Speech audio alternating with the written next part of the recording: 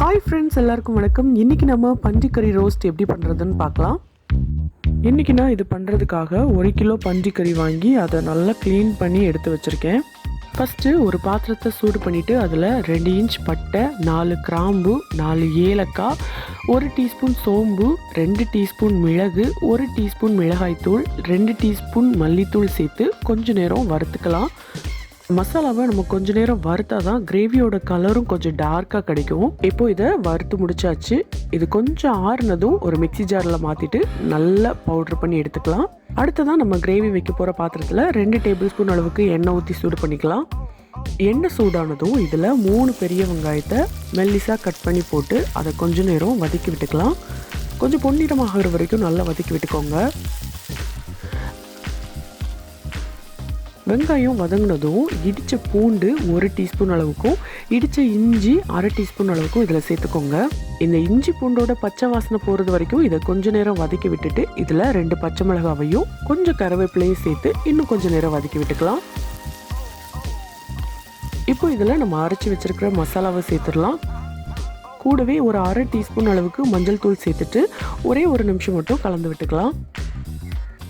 இந்த ஸ்டேஜில் நம்ம 2 தக்காளியை குட்டி குட்டியாக நறுக்கி போட்டு ஒரு நிமிஷம் கலந்து விட்டுக்கலாம்.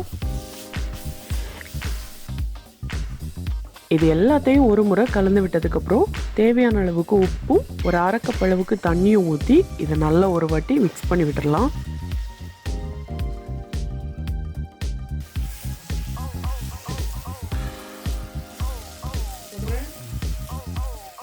அவ்வளோதான்.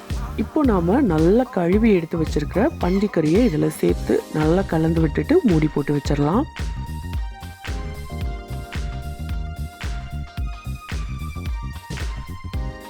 இதை மூடி வச்சுட்டு ஒரு 20 நிமிஷத்துக்கு மிதமான சூட்லேயே வச்சு வேக வச்சுக்கோங்க. இப்போ ஒரு 20 நிமிஷம் போல் ஆயிடுச்சு. இதை ஓப்பன் பண்ணி பார்க்கலாம்.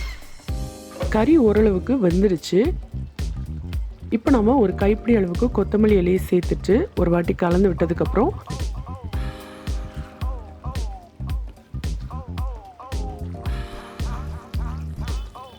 இப்போ இதில் உப்போட அளவு கரெக்டாக இருக்குது. நீங்கள் டேஸ்ட் பண்ணி பார்த்துட்டு இந்த ஸ்டேஜில் உப்பு எக்ஸ்ட்ராவாக தேவைப்பட்டுச்சு அப்படின்னா சேர்த்துக்கோங்க.